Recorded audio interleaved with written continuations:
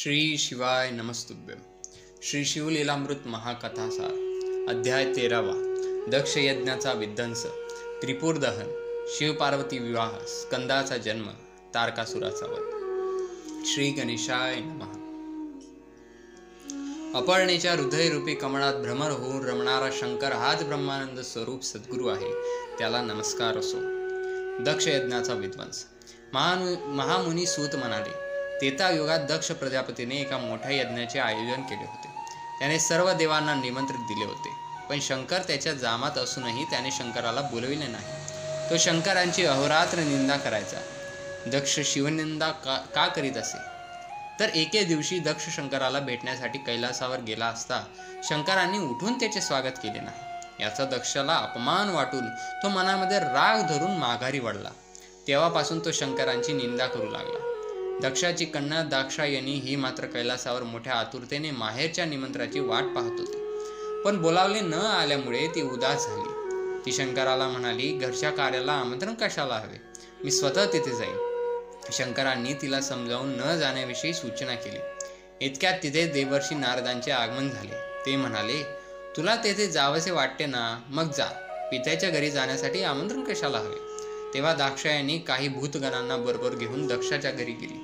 दाक्षायणीला पाहून यज्ञ मंडपात सर्वांना आनंद झाला, पण दक्षाने मात्र कपाळाला आठा घातला. दाक्षायणीच्या आई व भगिनींनीही तिच्याकडे दुर्लक्ष केले.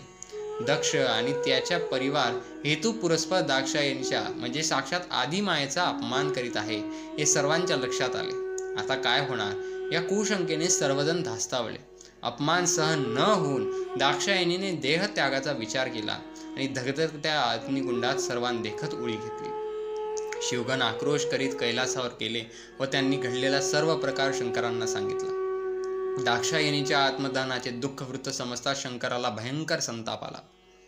त्यांनी प्रचंड आरोळी देऊन आवेशाने आपल्या जटा उपटल्या. त्यावेळी तेथे एका अद्वितीय महापुरुष प्रकट झाला. तो महातेजस्वी प्रलय रुद्र म्हणजेच वीरभद्र. शंकराचा क्रोधाग्नी साक्षात वीरभद्राच्या रूपाने प्रकट झाला होता. शंकराला वंदन करून तो 21 पत्नी दडाभारासह दक्षाच्या समाचारासाठी आवेशाने धावत गेला. त्याला पाहून यज्ञ मंडपात भीतीची छाया पसरली. सर्व देव ऋतुज दाही दिशा पाळाली. त्यावेळी त्रैलोक्यात एकच आकांत झाला. चंद्र कोंबडा, अग्निमोर, वरुण ससा, सूर्य कपोत व इंद्र पोपट या रूपाने उडून गेले. नवग्रहही पक्ष्यांच्या रूपाने उडून गेले. वीरभद्राचे उग्ररूप पाहून अनेकांचे जीव गेले. तेवढ्या शंकरही यज्ञ मंडपात घुसले. त्यांनी यज्ञ मंडप उद्ध्वस्त करून टाकला. थरथर कापत असलेल्या दक्षाला पाहून वीरभद्राच्या तळपायाची आग मस्तकात गेली. त्याने तलवार उपसून दक्षाचा शिरच्छेद केला. दक्षाचे मस्तक उंचावरून खाली पडले. ते वीरभद्राने पायाखाली तुडवून टाकले. दक्षाच्या मृत्यूने सर्व देश शोकाकुल झाले. ब्रह्मदेव व सर्व देवांनी शंकरांची स्तुती करून दक्षाला जिवंत करण्याविषयी प्रार्थना केली, पण वीरभद्राने दक्षाचे शिर देण्यास नकार दिला. वीरभद्राचे उग्र रूप पाहून कोणालाही त्याच्या जवळ जाण्याचे धाडस होईना. शंकराच्या सांगण्यावरून बोकडाचे मस्तक दक्षाच्या धडाला लावताच त्याला जिवंत करून शंकर तीर्थयात्रेस निघून गेले. 12 वर्षे वन आणि उपवन यांच्यात संचार करून काशीत गेले. मग तेथे सहस्र वर्षे तपश्चर्या मग्न राहिले. दाक्षायणीने पुढे हिमालय व मेना यांची कन्या म्हणून जन्म घेतला. तिचे नाव उमा होते आणि हिमालय पर्वताची कन्या म्हणून तिला पार्वती म्हणाले. अनंत शक्तींची स्वामिनी भक्तभयहारिणी देवी जगदंबा उमेच्या रूपाने भूलोकी अवतरली होती. अखिल ब्रह्मांडात तिच्या इतकी सौंदर्यवती स्त्री नव्हती. पार्वती लहानपणापासूनच शंकराची नित्य आराधना करीत असे. कालांतराने शंकर नंदीसह हिमालयात आला व तेथील एकांतात तपश्चर्या करू लागला. त्रिपुर दहन. तारकासुराला तारकाक्ष, विद्युन्माली व कमललोचन असे 3 पुत्र होते. हे तिन्ही बंधू रोज 1000 कमळे वाहून शंकरांची पूजा करीत असत. एकदा एक फूल कमी पडले म्हणून त्यांनी आपले डोळेच वाहिले. पुन्हा एकदा कमळे कमी पडली तेव्हा त्यांनी आपली शिरकमले अर्पण केली.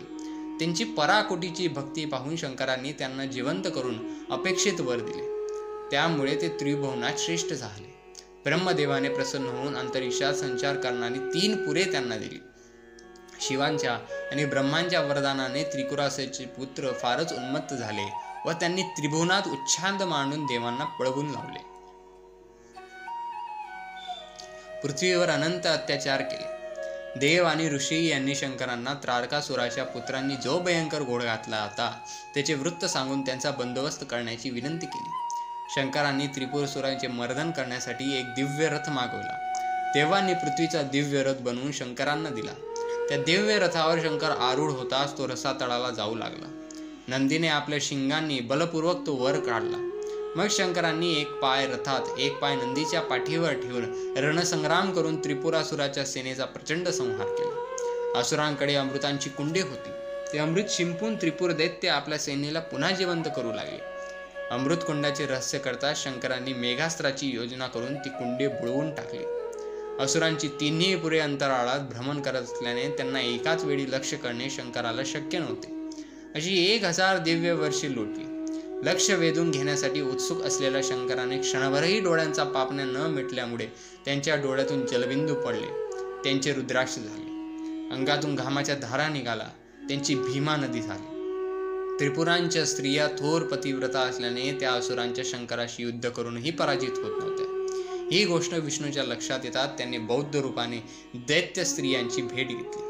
त्यांच्यामध्ये वेदबाह्य आणि अपवित्र शास्त्राचा प्रसार केला.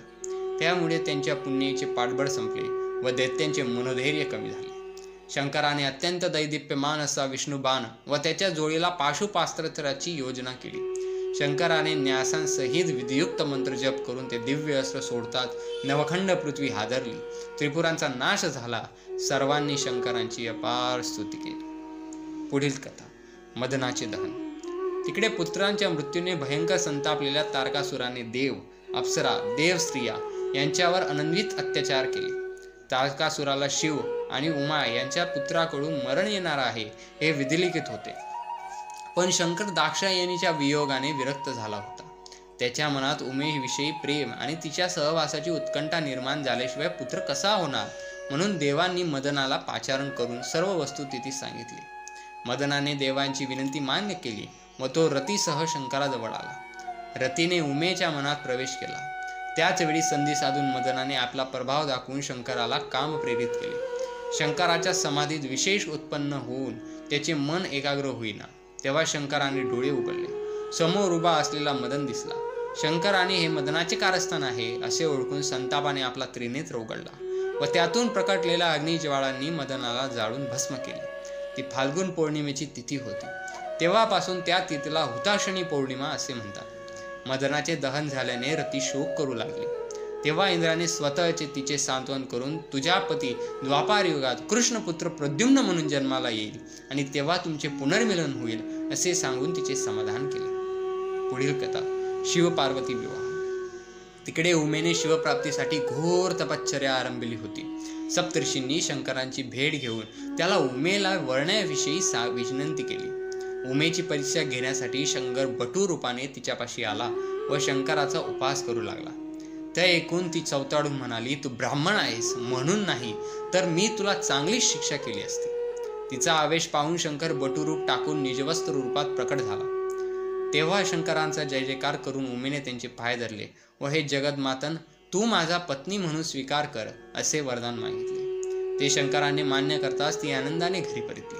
सप्तर्षींनी विवाहाची चैत्र शुद्ध अष्टमी ही तिथी निश्चित केली. हे वृत्त करता देवांचा आनंद गगनात मावेना. शिव पार्वती विवाहाच्या मंगल प्रसंगी कसलीही कमतरता राहू नये म्हणून ब्रह्मदेवाने सर्व प्रकारच्या सिद्धींत आधीच करून ठेवली. शंकराने पार्वतीचे यथाविधी पाणी ग्रहण केले. यज्ञकृत्ये पूर्ण होईपर्यंत कोणालाही नवरीचे प्रत्यक्ष दर्शन झाले नव्हते.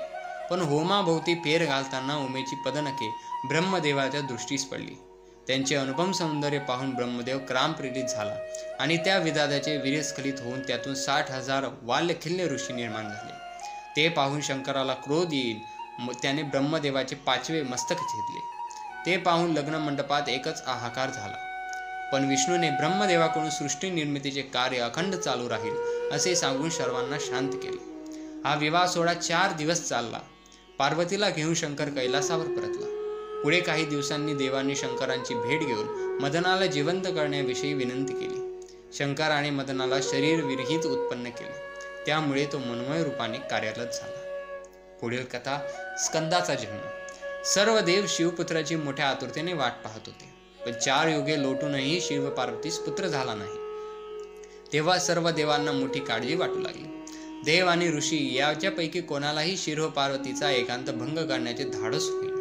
तेव्हा त्यांनी शंकराच्या तृतीय नेत्रास वास करणाऱ्या अग्नीलाच अतिथी म्हणून पाठवले. त्याने भिक्षेसाठी हाक मारताच त्याची अपेक्षा जाणणाऱ्या सर्वज्ञ शंकराने आलेल्या अतिथीला माझे अमोघ वीर्य दे असे पार्वतीला सांगितले. त्याप्रमाणे पार्वतीने अग्नीला शिववीर्य दिले. त्या वीर्याचा काही भाग खाली पडला. त्याचे तात्काळ पाऱ्यात रूपांतर झाले. पार्वतीने दिलेले शिववीर्य अग्नीने प्राशन केल्याने तो गरोदर झाला. लज्जित होऊन रानावनात एकटाच फिरत असता त्याला एका ठिकाणी 6 कृतिका दिसल्या. अग्नीने आपल्या उदरातील गर्भ त्यांच्या पोटात घालताच त्या गर्भवती झाल्या. हे भलतेच काय घडेल म्हणून लज्जित होऊन त्यांनी आपापली गर्भे काढून टाकली व त्या निघून गेल्या. तेव्हा एक चमत्कार होऊन ते 6ही गर्भ एकवटून 6 मुखे 12 हात असलेले दिव्य बालक प्रकट झाले.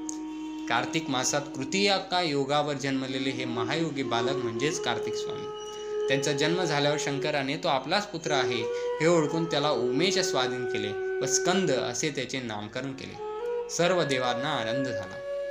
तारकासुराचा वध. अत्याचारी तारकासुराला धडा शिकवण्यासाठी सर्व देव एकवटले व त्याच्यावर चाल करून गेले. इंद्राने स्कंदांची भेट घेऊन त्याला देवांची सेनापती म्हणून अभिषेक केला. स्कंदाने अतिप्रचंड रूप धारण करून तारकासुराशी युद्ध केले. युद्धात आपल्या मंत्रशास्त्रांचा काहीच उपयोग होत नाही हे पाहून तारकासुराने स्कंदात मल्लयुद्धाचे आव्हान दिले. 7 दिवस अद्भुत मल्लयुद्ध झाले. अखेर कुमाराने तारकासुराच्या पायाला धरून गरगर फिरवून त्याला जोराने खाली आपटले. तेव्हा तारकासुर मेला. देवांनी कुमाराचा जय जयकार करून त्याच्यावर फुले उधळली. 14 भुवनी आनंदी आनंद झाला. पुढे काही वर्षांनी पार्वती स्कंदाला लग्न करण्याविषयी आग्रह करू लागली. पण आपण येथे थांबलो तर आई आपल्याला हर प्रयत्नाने प्रपंचात अडकवेल असा विचार करून तो एका खोल गुहेत जाऊन लपला. पार्वती त्याला धरण्यासाठी धावली आणि तो हाती लागला नाही म्हणून दुःखाने भूमीवर अंग टाकून रडू लागली. कुमाराने बाहेर यावे म्हणून त्याची मनधरणी करू लागली. तेव्हा त्याला राग येऊन तो तिला म्हणाला, जी स्त्री यापुढे माझ्या दर्शनास येईल ती सत्य जन्मी विधवा होईल. पण जो पुरुष कार्तिक मासात कृतिका कायोग असताना माझे दर्शन घेईल तो सत्पजन्म मोठा भाग्यवान होईल. काही काळानंतर ऋषी स्कंदाची भेट घेऊन म्हणाले, पार्वती तुझी माता आहे. तुला भेटण्यासाठी ते अहोरात्र तळमळत आहे. तिला वाराणसीस जाऊन भेटून ये. ती विनंती मान्य करून स्कंदाने काशीला जाऊन शिव पार्वतीस भेटून त्यांचे समाधान केले. मातेला आनंदित करून तो आपल्या दुर्गम्य गूढ स्थानी पुन्हा परतला. फलश्रुती. या अध्यायाच्या पठणाने शिव व विष्णू यांची भक्ती उपजेल. वाईट पूर्वतीचे निराकरण होईल. श्री सांब सदा शिवार्पणमस्तु. तर श्रोते हो, हा होता आपला आजचा अध्याय क्रमांक 13. भेटू पुढच्या व्हिडिओमध्ये अध्याय क्रमांक 14 मध्ये. पार्वतीचा भिलिन्न वेश व श्रीयाड चांगुनीची सत्व परीक्षा यामध्ये.